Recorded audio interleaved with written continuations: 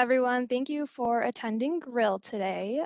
If you have not yet, please text the code SERT22 to the number listed on the screen to receive CE credit for today's presentation. All right, for those who have not yet met me, my name is Allie. I am one of the PGY1 residents this year, and my presentation today is going to be on serotonin syndrome. All right, here are objectives that we're going to go ahead and cover today. So first, we're going to identify risk factors and medications that may lead to serotonin syndrome. We're going to summarize subjective and objective data that aid in the diagnosis of serotonin syndrome. And we're going to describe the evidence behind treatment options for the management of serotonin syndrome. So let's go ahead and introduce our patient that we're going to be following throughout the presentation today. Our patient is a 30-year-old male who was brought into the UW emergency department by his significant other with concerns for strange behaviors. On physical exam, the patient had the following symptoms: rapid speech, ocular flutter, ocular gaze, similar to the picture that you see on the right, tachycardia. He felt warm, but he didn't have a fever. He was diaphoretic. He had sustained arm myoclonus with hand clenching, similar to the picture on the right. He had spastic movements, and he had hyperreflexia. After initial workup, our patient was diagnosed with serotonin syndrome. So what is serotonin syndrome? It is a toxic condition that occurs when serotonin levels are too high. This condition is diagnosed based on subjective signs of excess serotonin, and it's a consequence of increased serotonin agonism of central and peripheral serotonergic receptors. The progression of serotonin toxicity is based on how high serotonin levels continue to increase and activate those serotonin receptors. Serotonin syndrome can occur in any patient, regardless of age or risk factors, although there are certain factors that may have an increased risk compared to others, which we will discuss later in the presentation. The elderly can be affected by serotonin syndrome from taking serotonergic medications, as well as infants from exposure in the womb or through breast milk from mothers taking serotonergic agents. Symptoms of serotonin syndrome range from mild, such as nausea and diarrhea, to moderate, such as agitation, to severe or lethal from life-threatening muscle contraction and hyperthermia. If serotonin syndrome is not identified and treated properly, it can be lethal. The true incidence of serotonin syndrome is really hard to define because the syndrome is largely under-recognized, underdiagnosed, and underreported. Mild symptoms of serotonin syndrome, as mentioned, can be nausea and diarrhea, which clinicians might think is a drug-related side effect rather than true serotonin syndrome. And then other mild symptoms of serotonin syndrome include tremor and anxiety, which clinicians might think may be related to the patient's underlying mental health condition, and therefore they could potentially increase the dose of the serotonergic agent and cause further harm to the patient. These potential dangers call a need for increased patient and provider awareness and education of the signs and symptoms of serotonin syndrome. So that brings us to our first objective, to identify risk factors and medications that may lead to serotonin syndrome. Before we're able to really describe the risk factors and medications that might lead to serotonin syndrome, we need to understand the mechanism behind how serotonin syndrome can occur. So the image on the right is quite complicated, but it's listed out really nicely with numbers 1 through 6 to describe the 6 mechanisms that can lead to increased serotonin. Serotonin is a molecule that's produced by the breakdown of L-tryptophan, and its quantity and actions are tightly regulated by a combination of reuptake mechanisms, feedback loops, and metabolizing enzymes. But when the system's balance is dysregulated, increased concentrations of serotonin can result and lead to serotonin syndrome. There's 6 main mechanisms behind serotonin syndrome. The first is L-tryptophan is metabolized into serotonin by the TPH2 enzyme. And when there's increased levels of tryptophan from dietary intake, TPH2 will continue to metabolize it into serotonin and leads to increased levels of serotonin. The second mechanism is that monoamine oxidase is the enzyme that breaks down serotonin into its byproduct 5-HIAA.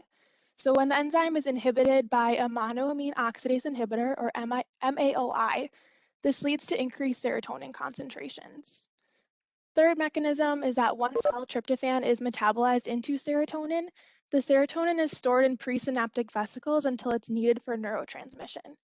Certain drugs such as amphetamines, cocaine, MDMA, and levodopa can increase serotonin release from presynaptic vesicles and lead to increased serotonin binding to its receptors. The fourth mechanism is that depolarization of the neurons leads to serotonin release into the synaptic cleft, and postsynaptic serotonin 1A receptors can be activated or bound to at a higher rate than normal.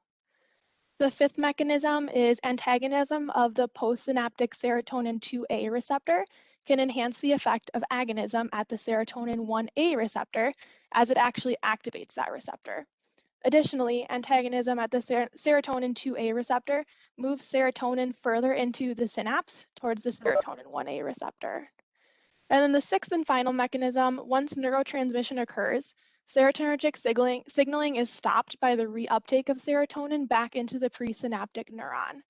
Medications such as SSRIs, SNRIs, and TCAs inhibit serotonin reuptake transporter proteins, or SERT, and result in sustained increased synaptic concentrations of serotonin.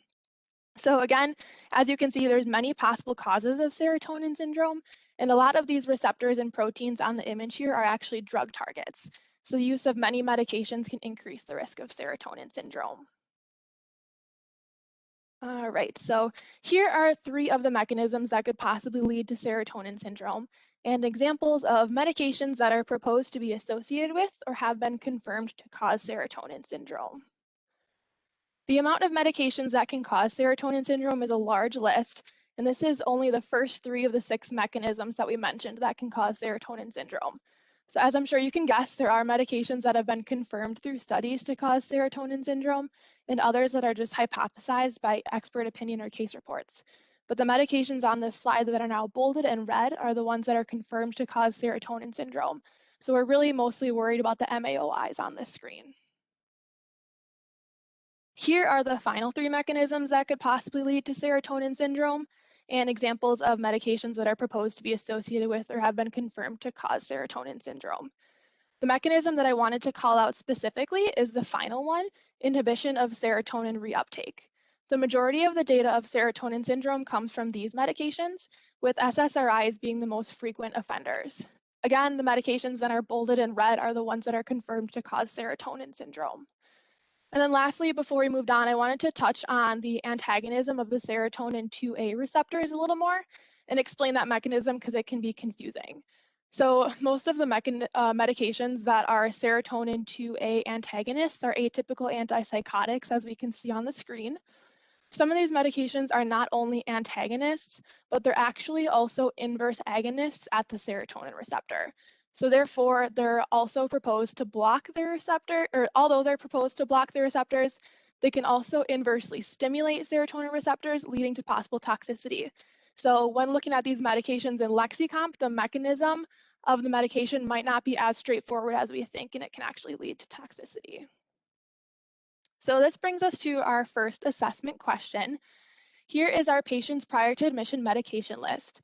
So he takes bupropion, sustained release 150 milligrams twice a day, doxylamine as needed for sleep, escitalopram 10 milligrams once a day, lamotrigine 200 milligrams once a day, lurasidone or Latuda 60 milligrams once a day, propranolol 60 milligrams extended release capsule once a day, and then sumatriptan 100 milligrams daily as needed for migraines. So which of the patient's medications puts him at risk of serotonin syndrome? If you could please put your answer in the chat.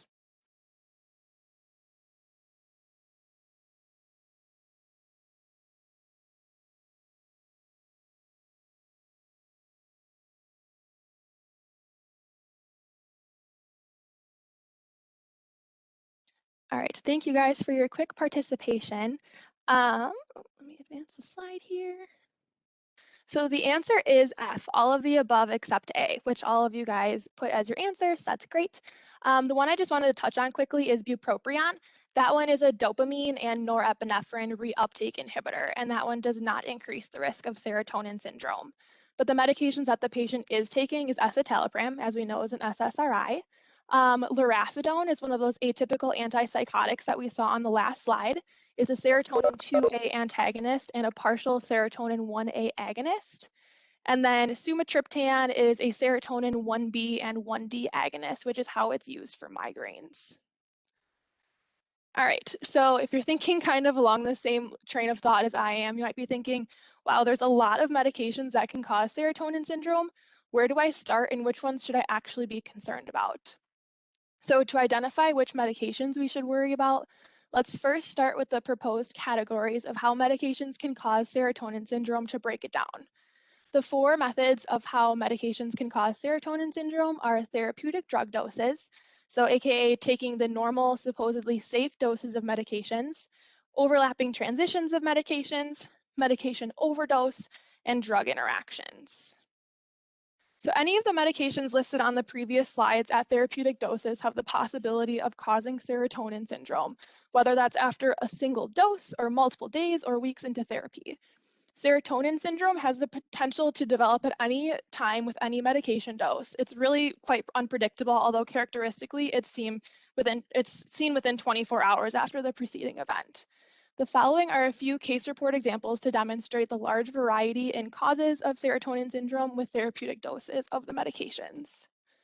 So on the top is two case reports of patients who were not taking any concomitant serotonergic medications. And then after a single dose of a serotonergic medication, they developed serotonin syndrome. The first patient is a 9-year-old male who was prescribed sertraline 50 milligrams once a day. Within 1 hour after the first dose, he became increasingly delirious. A few hours after that, he developed tremors, diaphoresis, and increased agitation. He was diagnosed with serotonin syndrome and admitted to the PICU.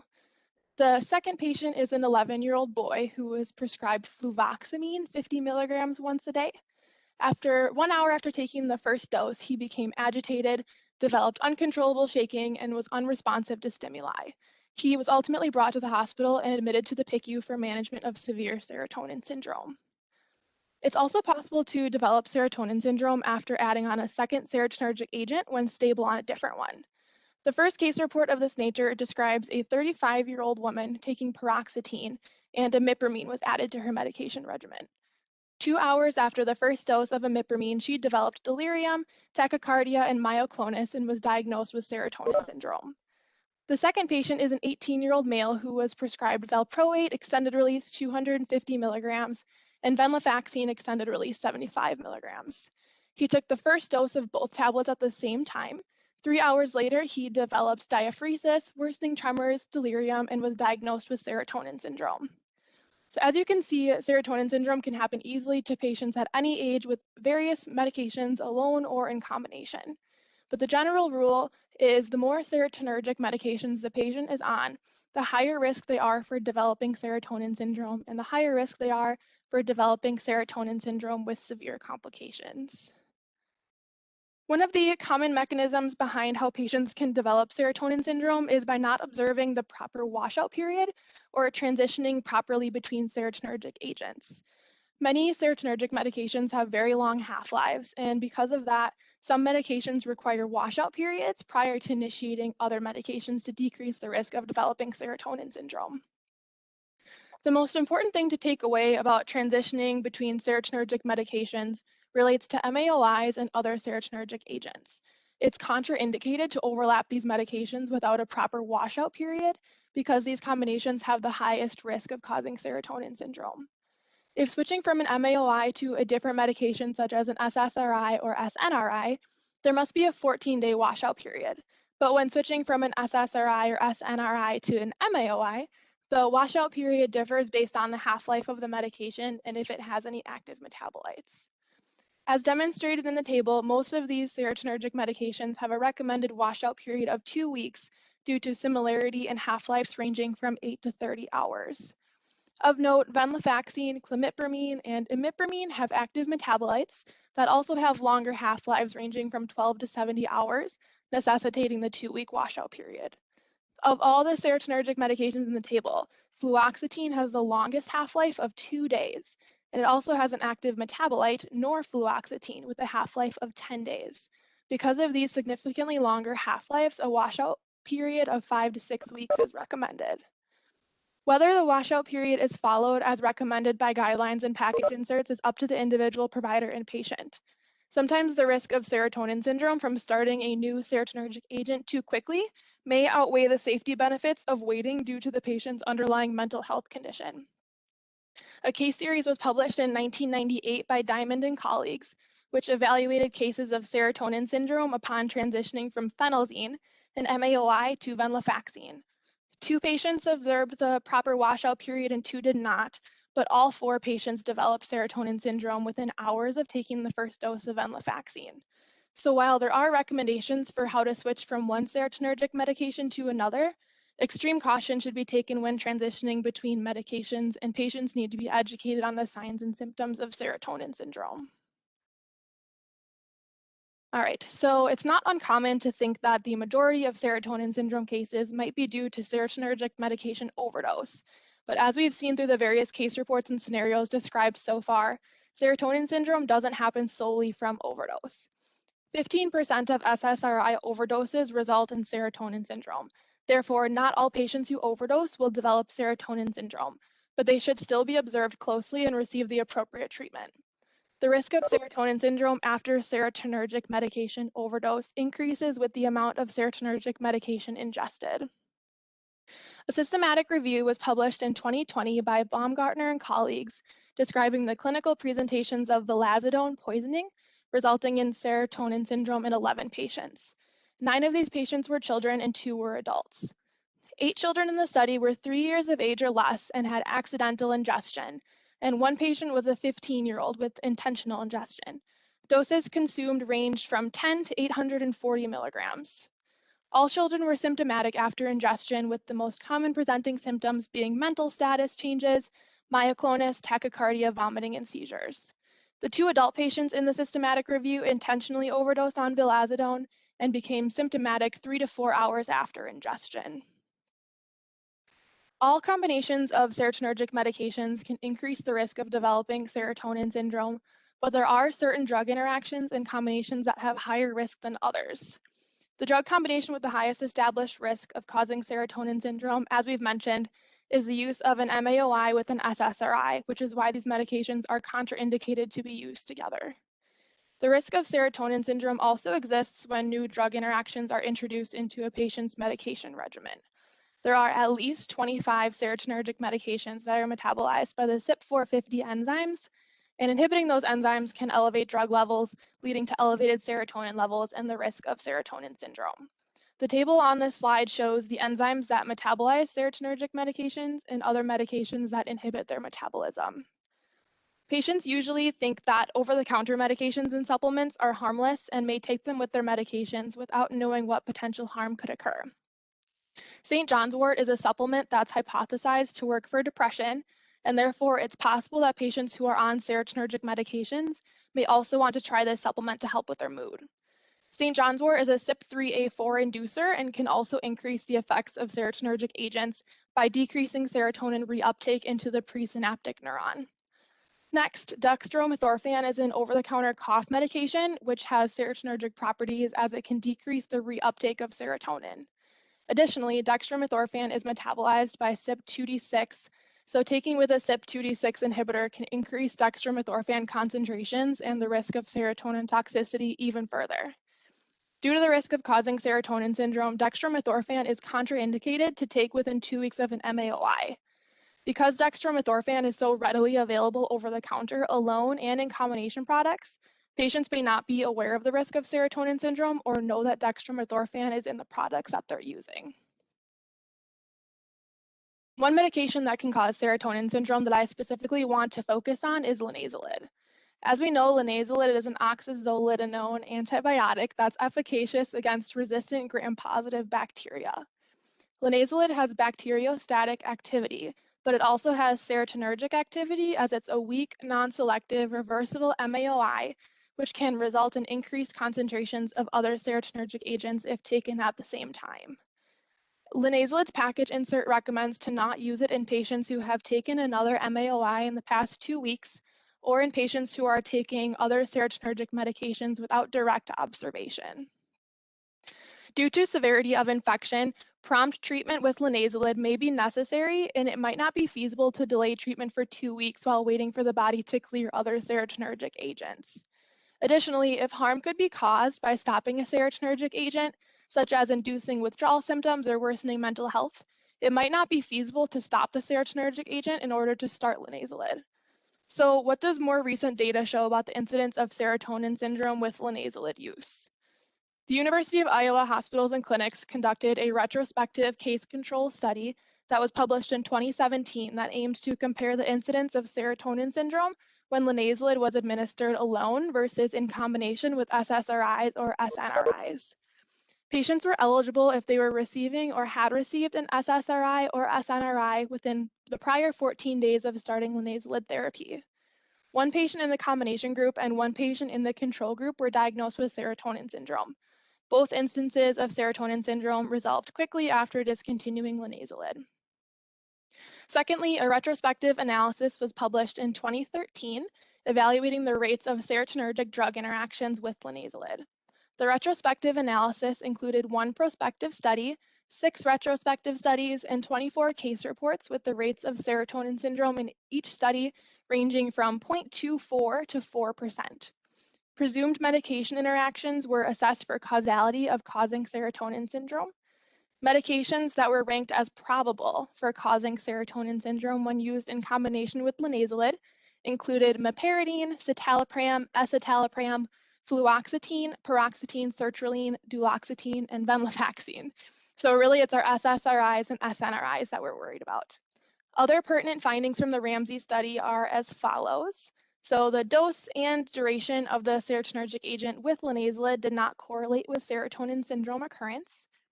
Lowering the dose of the serotonergic agent or stopping it entirely just prior to starting linezolid did not make a difference in preventing serotonin syndrome. Interactions occurred anywhere from 1 to 20 days after starting linezolid. And then most occurrences of serotonin syndrome were mild and resolved with supportive cares, but 2 deaths did occur. However, these deaths were not found to be absolutely caused by serotonin syndrome, but it could have contributed. The final causes of death were cardiac arrest and brain injury. Overall, this literature review shows us that drawing firm conclusions about what to do with linezolid is unable to be done, but rather it's more important to have the risk-benefit conversation with the patient and providers. Although the FDA recommends avoiding linezolid with other serotonergic agents, the use of these together is likely not contraindicated as the rates of serotonin syndrome are low. Okay, so let's go ahead and revisit our patient.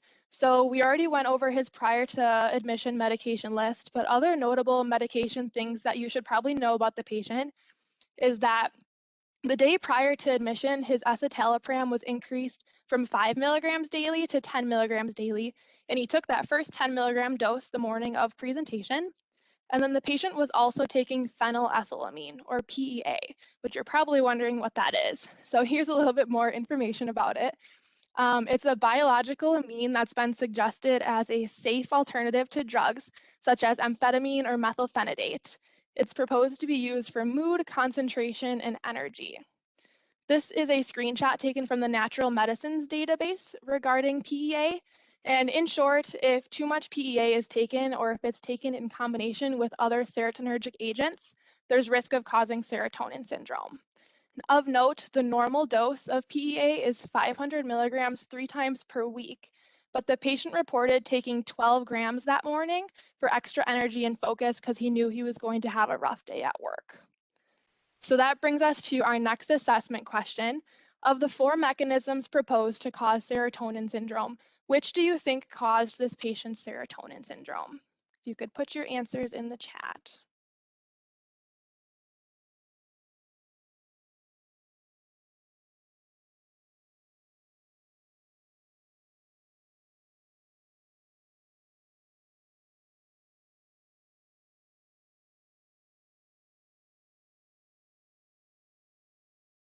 All right, so I see a few E's coming in, and that's what I thought as well.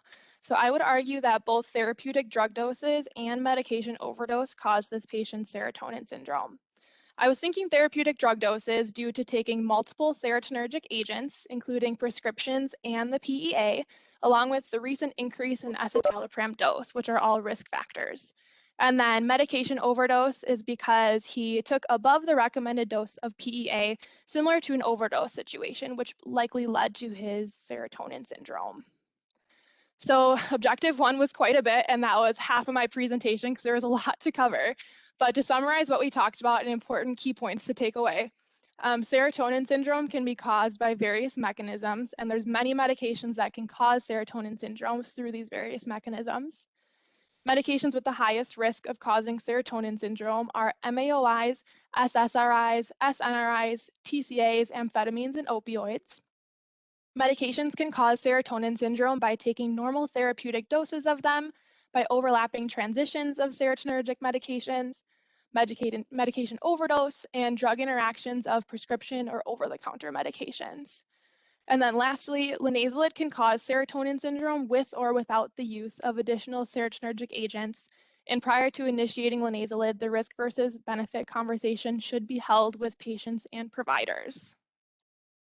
So let's move on to objective 2, which is to summarize subjective and objective data that aid in the diagnosis of serotonin syndrome. So now we've discussed how serotonin syndrome can occur, and I've hinted at various presentations or symptoms of serotonin syndrome, but let's dive a little bit deeper into what the true characteristic presentation of serotonin syndrome is and how we can diagnose it. So serotonin syndrome usually presents very quickly after the precipitating event. About 28% of patients present within an hour and 61% within 6 hours. This precipitating event is usually an ingestion, whether that's the first dose of a new serotonergic medication, an increased dose, a medication that interacts with a serotonergic medication, or a medication in overdose. Serotonin syndrome typically presents with the triad of symptoms, classified as autonomic hyperactivity, neuromuscular excitation, and altered mental status. More specifically, autonomic hyperactivity symptoms include diaphoresis, tachycardia, nausea, vomiting, dilated pupils, diarrhea, and flushing. Neuromuscular excitation symptoms include muscle spasms, hyperreflexia, hyperthermia, rigidity, ocular clonus, and tremors. And then altered mental status symptoms include confusion, agitation, anxiety, lethargy, and coma. Serotonin has a wide range of functions in the central nervous system, such as modulating attention, cognition, behavior, memory, motor tone, and temperature, and then also in the peripheral nervous system, such as GI motility and vasoconstriction, which is why serotonin syndrome has such a wide variety of presentations. Serotonin syndrome is more of a diagnosis of exclusion based on presentation of subjective symptoms rather than a clear-cut diagnosis with testing. Diagnosis is based off of clinical history, physical exam, neuro exam, and medication history. There's no diagnostic testing that can be done to confirm serotonin syndrome. Serum serotonin concentrations do not correlate with clinical presentation and severity of serotonin syndrome. So there's no clinical utility to drawing a serotonin level, and this should not be pursued. This image here, I really like. It nicely lays out the triad of symptoms and various severity of symptoms within the triad. As you can see, symptoms can range from mild to life-threatening. At the top of the arrows in this diagram is the most severe presentations of serotonin syndrome, which include respiratory failure, prolonged muscle contractions, severe hyperthermia, and severely altered mental status. Most symptoms of serotonin syndrome that are milder can resolve with supportive cares, but these more severe symptoms lead to complications related to serotonin syndrome and require more intensive care. Severe serotonin syndrome is a medical emergency. Usually, severe serotonin syndrome is related to the co-ingestion of multiple serotonergic agents, such as an SSRI plus MAOI, improper washouts leading to higher than intended serotonin concentrations, or a large medication overdose. The main diagnosis of serotonin syndrome is based on subjective findings, but objective findings such as laboratory values are more commonly used to evaluate a patient for complications related to severe serotonin syndrome. When a patient presents with severe serotonin syndrome, they should be evaluated for complications by drawing labs such as BMP, CBC, CK, and VBG. Based on the diagram seen on the last slide, symptoms of severe serotonin syndrome include respiratory failure, muscle rigidity, severe hyperthermia, and confusion. All of these symptoms are related to each other. So muscle rigidity causes the body temperature to rise, and the hyperthermia and rigidity can lead to hypoventilation. In severe cases, temperatures can rise up to more than 41.1 degrees Celsius or 106 degrees Fahrenheit. Most of the complications of serotonin syndrome result from poorly treated hyperthermia and not sedating the patient well enough. Controlling the hyperthermia and muscle rigidity can prevent worse complications. When patients are this severely hyperthermic, to attempt to avoid becoming fatal, patients should be therapeutically cooled and immediately sedated, paralyzed, and intubated. Mechanical ventilation will reverse the respiratory failure caused by the rigidity, and paralysis will stop the hyperthermia produced by the muscle rigidity. Of note, important considerations need to be made when choosing medications for sedation and paralysis. Avoid using fentanyl for sedation, as it's known to cause or worsen serotonin syndrome. And we should avoid succinylcholine for paralysis, as it can worsen hyperkalemia that may already be present from rhabdomyolysis and could lead to arrhythmias. So in summary, serotonin syndrome leads to muscle rigidity, which leads to hyperthermia, which leads to cellular damage causing the complications. Rhabdomyolysis and myoglobinuria result from the muscle breakdown from uncontrolled muscle rigidity, and the elevated myoglobin and creatinine kinase can lead to renal failure. So now that we've seen various ways that serotonin syndrome can present, how do we officially give the patient a diagnosis of serotonin syndrome? As mentioned earlier, there's no specific tests that can diagnose serotonin syndrome. It's solely based on clinical picture of symptoms and a good history from the patient. The Sternbach criteria was the old diagnostic tool used, but has now been replaced by the Hunter criteria, as the Hunter criteria is simpler, more sensitive, and more specific than the Sternbach criteria. The Hunter criteria is based more on physical findings compared to the Sternbach criteria. To diagnose serotonin syndrome with the Hunter criteria, the patient must have taken a serotonergic agent and have one of the following symptomatic classifications as seen on this graphic. While this criteria is considered to be the gold standard for diagnosing serotonin syndrome, as you can imagine, this is still quite nonspecific, and these symptoms could be present with other toxidromes as well. Serotonin syndrome presents differently in every patient, and this is likely due to how many functions serotonin plays a role in. Therefore, confirming the diagnosis is that much more important to ensure adequate treatment is given. So as mentioned, because of the nonspecific signs of serotonin syndrome and it being a diagnosis of exclusion, it's important to consider the differential diagnoses that present similarly to serotonin syndrome.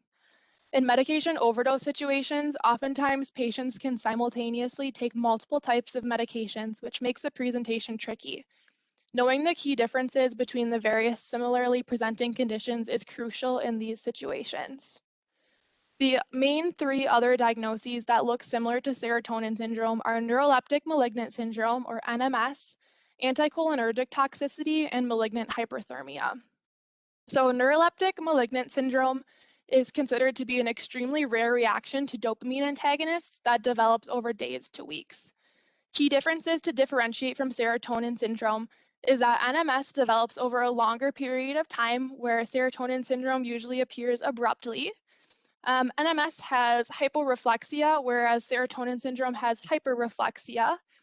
And then NMS does not present with myoclonus. NMS has normal bowel sounds and pupils are normal. The next one is anticholinergic toxicity, which usually develops within 1 to 2 hours of taking anticholinergic medications. So the timing of onset is similar to serotonin syndrome. Differences from serotonin syndrome include absence of hyperreflexia and myoclonus, and patients will appear dry compared to those with serotonin syndrome. They'll have dry mucous membranes, will not be diaphoretic, will have hypoactive bowel sounds, and will have urinary retention. And then the third one, malignant hyperthermia, is a genetic condition that occurs within minutes of exposure to inhaled anesthetics and/or succinylcholine. It presents similarly to serotonin syndrome with the addition of skin color changes and more sustained muscle rigidity, but we only need to be concerned for malignant hyperthermia in a small group of patients, aka those with exposure to the offending inhaled anesthetics. Other than the few rare cases of serotonin syndrome that are severe, most cases of serotonin syndrome are relatively mild. One of the most important things when determining a patient's prognosis is to identify the causative factor. If the cause is identified from the picture and removed, and complications of serotonin syndrome are managed properly, patients have a very good prognosis. Most cases of severe serotonin syndrome, or just serotonin syndrome in general, not severe, resolve within 24 hours after stopping the offending agent and receiving supportive cares. Of note, if the offending agent has a longer half-life, has active metabolites, or has a longer duration of action, such as extended release formulations, it may take longer for symptoms to resolve. As long as there are no serious complications, patients can typically just be observed and given supportive care to resolve their symptoms. So this leads us to our next assessment question.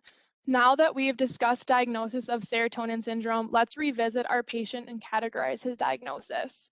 As a reminder, here are his symptoms listed on the left side of the slide, and I've matched them with the image on the right side that describes mild, moderate, and severe serotonin syndrome. So based on his symptoms, would you diagnose him with mild, moderate, or severe serotonin syndrome?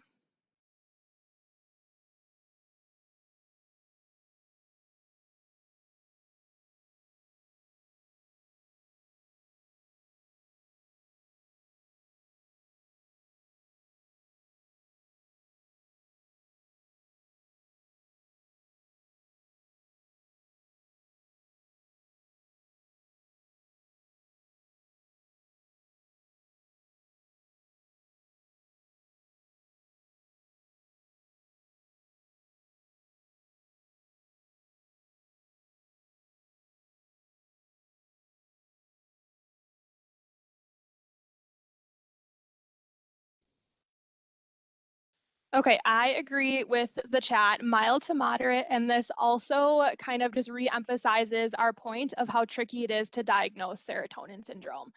So I would have also chose mild or mild to moderate as well. His myoclonus was not sustained or too severe, and although he was diaphoretic, he didn't have a fever. However, as we learned and kind of mentioned a little bit earlier, diagnosis of serotonin syndrome is very subjective and can differ based on the person evaluating the patient, and makes sense as to what we saw in the chat. Everyone had a little bit different of an answer. So you could argue that he has mild, moderate, or mild to moderate severe serotonin, or not severe, just mild to moderate serotonin syndrome. Okay, to wrap up what we talked about in Objective 2 about the presentation and diagnosis of serotonin syndrome, we learned that it presents quickly after the causative event and can present with a wide variety of symptoms, but generally our symptoms fall into the triad of neuromuscular excitation, autonomic hyperactivity, and altered mental status. Symptoms range from mild to severe, and severe symptoms can become deadly very quickly if not managed properly. The most severe symptoms that require prompt attention and management are muscle rigidity and hyperthermia. Diagnosis is based on clinical presentation and history, and is therefore there's not a confirmatory diagnostic test that can be used. And then lastly, serotonin syndrome can present similarly to other toxidromes, so it's crucial to identify the differentiating clinical features of each condition to make an accurate diagnosis and treat properly. So to wrap it up with our third objective, to describe the evidence behind treatment options for the management of serotonin syndrome. There are 5 central principles of how to manage serotonin syndrome, each of which we'll dive into a little bit deeper. These 5 principles are discontinuation of all serotonergic agents, supportive or symptomatic care, sedation, treatments or antidotes, and then after the patient has improved, assessing the need to resume serotonergic agents. Arguably, one of the most important methods in the treatment or management of serotonin syndrome is to discontinue all serotonergic agents. Whether the patient has mild, moderate, or severe serotonin toxicity, the offending agent should be stopped. Serotonin syndrome will not just spontaneously resolve without stopping the serotonergic agents, and the prognosis for the patient is better if the causative agent is identified and discontinued. Along with the discontinuation of the serotonergic agent, the other treatment that all patients should get for the management of their serotonin syndrome is supportive or symptomatic cares. The overall goals of supportive cares are to normalize vital signs and manage or prevent complications. In milder cases, the supportive care that is needed is usually just fluid supplementation, possibly some small doses of sedation, and then just monitoring their vitals. Moderate cases may require more sedation, cardiac monitoring, and temperature control. And then severe cases will require more drastic measures such as stabilizing vital signs, sedation, paralysis, and mechanical ventilation as mentioned earlier. Fluid supplementation is used for management of dehydration from the persistent autonomic instability, to decrease elevated temperatures, and to flush the kidneys to help prevent renal failure from the buildup of CK or myoglobin if the muscle rigidity is severe. As mentioned earlier in the presentation, elevated temperatures from the persistent muscle rigidity is how it results, and it can become dangerous very quickly, necessitating proper temperature control. Typically, when patients have a fever, we may give them acetaminophen or ibuprofen to decrease their temperature, but these medications do not work to decrease temperature in patients with serotonin syndrome. The hyperthermia in serotonin syndrome is due to overactive muscle activity rather than alterations in the temperature set point like other fevers, which is why these antipyretics will not work. To decrease temperature in serotonin syndrome, sedation along with therapeutic cooling are the mechanisms that should be used instead. Methods to therapeutically cool a patient include fans, water sprays, ice packs, cooled IV fluids, and cooling blankets. Normalizing vital signs is the last main supportive care for patients with serotonin syndrome.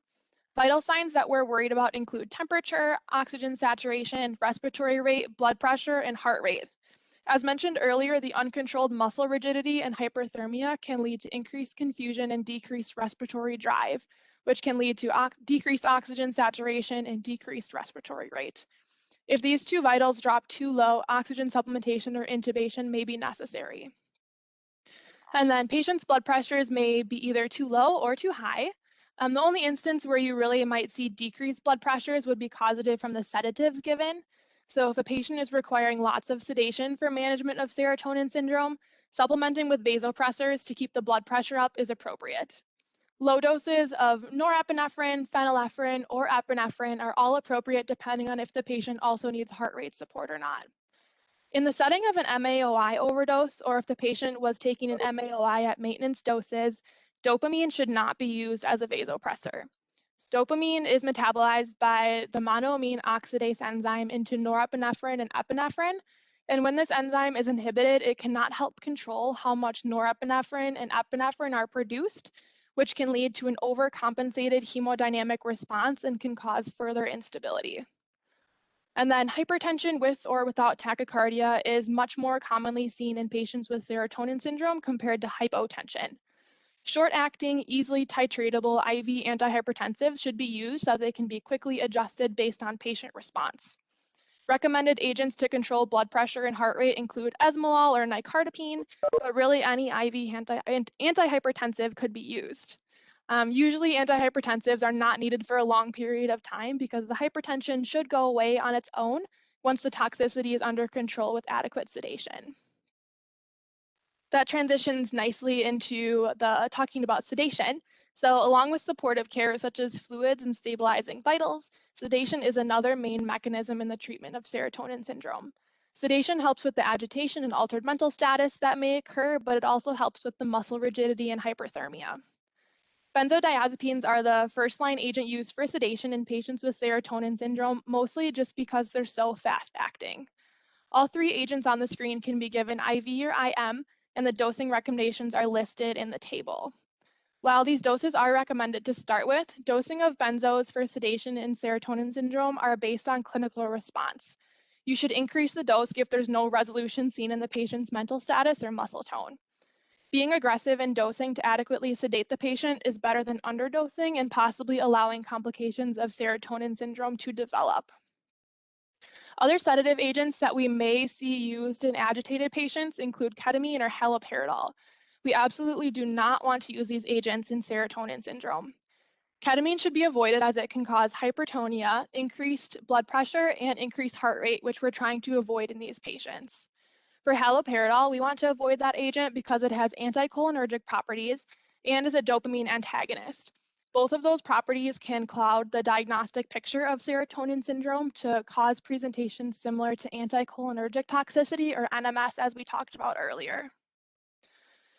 There's a few proposed antidotes or medications that can be used not just to provide supportive cares for the patient, but to actually reverse the effects of the medications that are causing serotonin syndrome. The first is activated charcoal, which absorbs chemicals within minutes of contact and blocks absorption of the poison.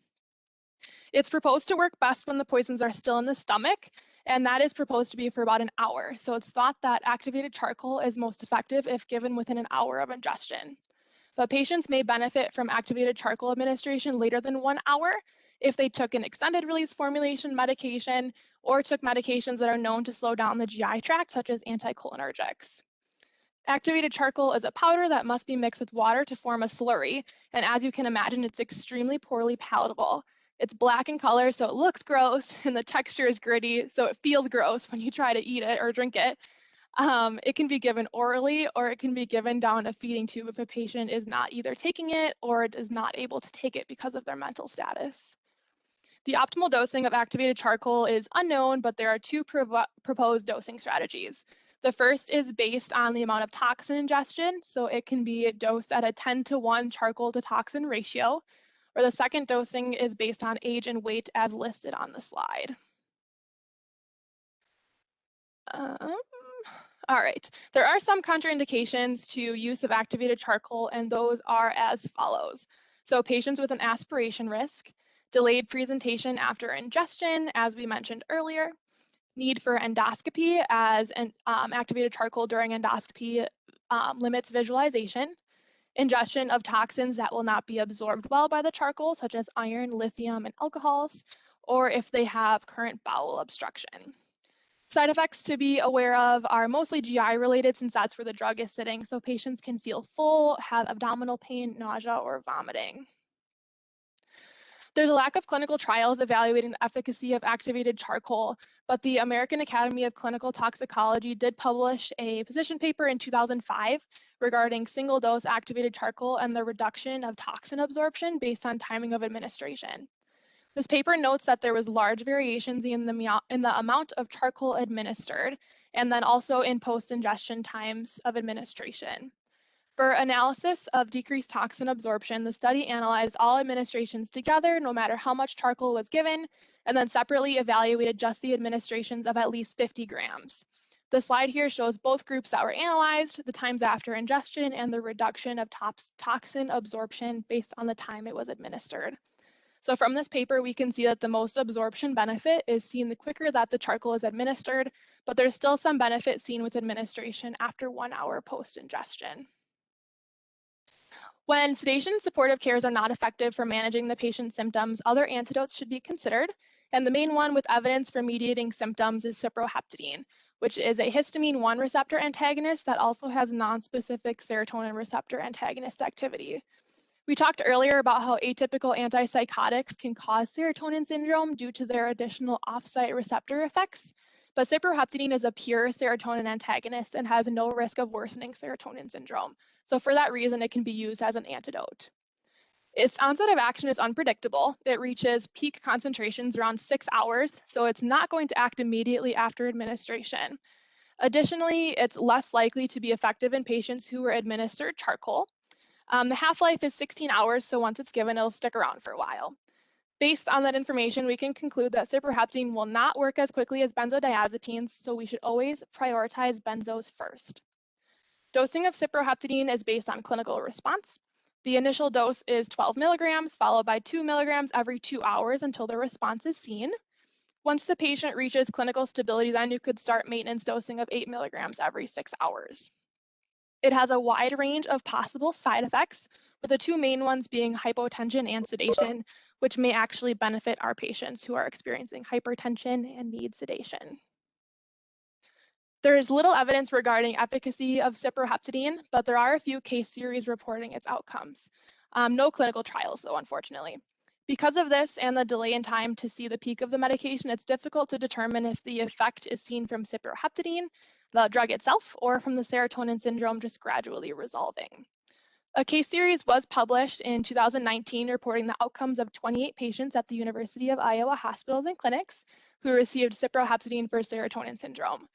Patients were included if they were diagnosed with serotonin syndrome and received cyproheptadine. The average age of the patients was 33 years old, and the average length of stay was 11 days. The average amount of time that patients received cyproheptadine was 2.6 days, with a range of 1 to 7 days, and the average daily dose was 18.4 milligrams. The average time to start cyproheptadine was on day 1 of diagnosis. Most patients given cyproheptadine did not experience any known side effects, and symptoms resolved within 48 hours. The case series concluded that cyproheptadine is a relatively low-risk medication where the benefits outweigh the risks of allowing complications of serotonin syndrome to progress, and treatment could be warranted. Cyproheptadine is likely more beneficial for moderate or severe cases of serotonin syndrome. And then one more antidote that I wanted to touch on briefly is an antipsychotic, chlorpromazine. It's seen some success in case reports. It's a serotonin 1A and serotonin 2A antagonist. It can be beneficial because it can be administered IM at a dose of 50 to 100 milligrams, whereas cyproheptadine can only be administered enterally, and therefore it may also be beneficial in patients who receive charcoal.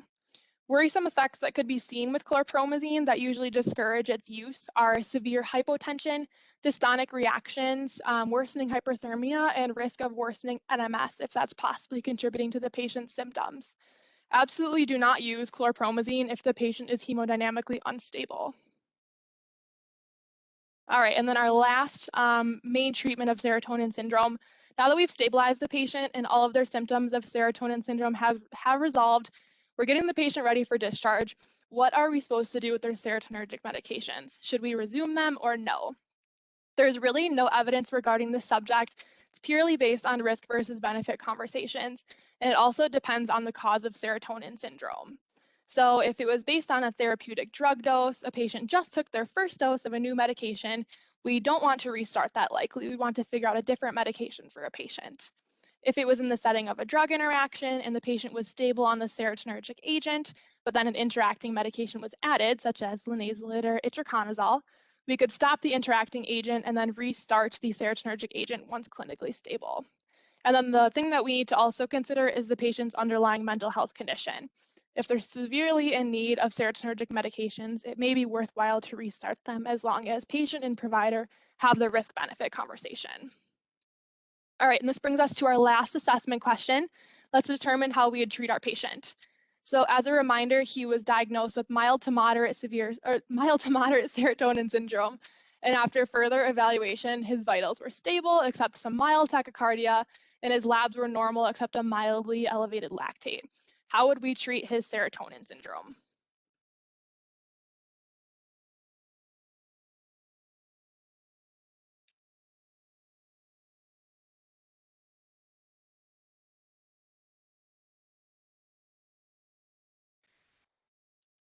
All right, yes, I see some A's coming in, and that is the correct answer, to give fluids and lorazepam. Fluids and sedation should help decrease the metabolic demand that's causing his elevated lactate. And we also mentioned we should not give antipyretics in the setting of serotonin syndrome.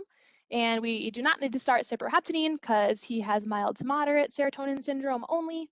And then we also do not want to increase his prior to admission propranolol dose because it can actually mask the tachycardia that's caused by serotonin syndrome, and it'll increase the risk of hemodynamic instability. And just to wrap everything up, here's what we ended up doing at discharge for our patient.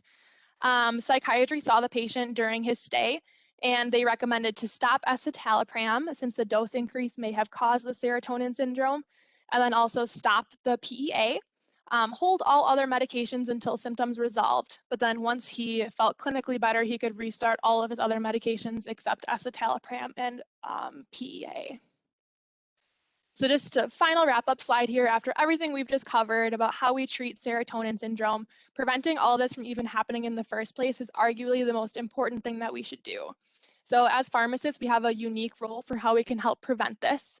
Upon medication review, pharmacists can notice drug interactions and can intervene. We can also provide education to providers and patients regarding the drug interactions and risk factors. So we should really educate patients and providers when starting a serotonergic medication and how to watch out for serotonin syndrome. If a patient does present with serotonin syndrome, we can be useful drug information resources to really collect that good medication history to help determine how this may have happened. And then we can also help at the time of discharge to figure out good, safe medication plans for our patients. And then one useful resource that we may use when encountering a patient with serotonin syndrome is poison control. They're available 24/7 for consultations on how to manage toxidromes. And the phone number is 1-800-222-1222. So our final and third objective, just to wrap it up, we talked about the 5 main principles that can cause serotonin syndrome. We really emphasize that benzodiazepines for sedation are really the mainstay of treatment along with supportive cares. Activated charcoal can be used in overdose situations, and the faster it's given, the more effective it'll be. Cyproheptadine has the most data as an antidote for serotonin syndrome, but efficacy has still not been fully established. The decision to resume serotonergic medications after stabilization is based on the individual scenario, and then prevention of serotonin syndrome can avoid all of this from happening. So that wraps up my presentation here. I wanted to give a special thank you to Megan Wimmer for being my content expert, and then also Ryan Draheim for being a secondary reviewer of my slides. Here's my references, and then I wanted to open it up for any questions that anybody might have.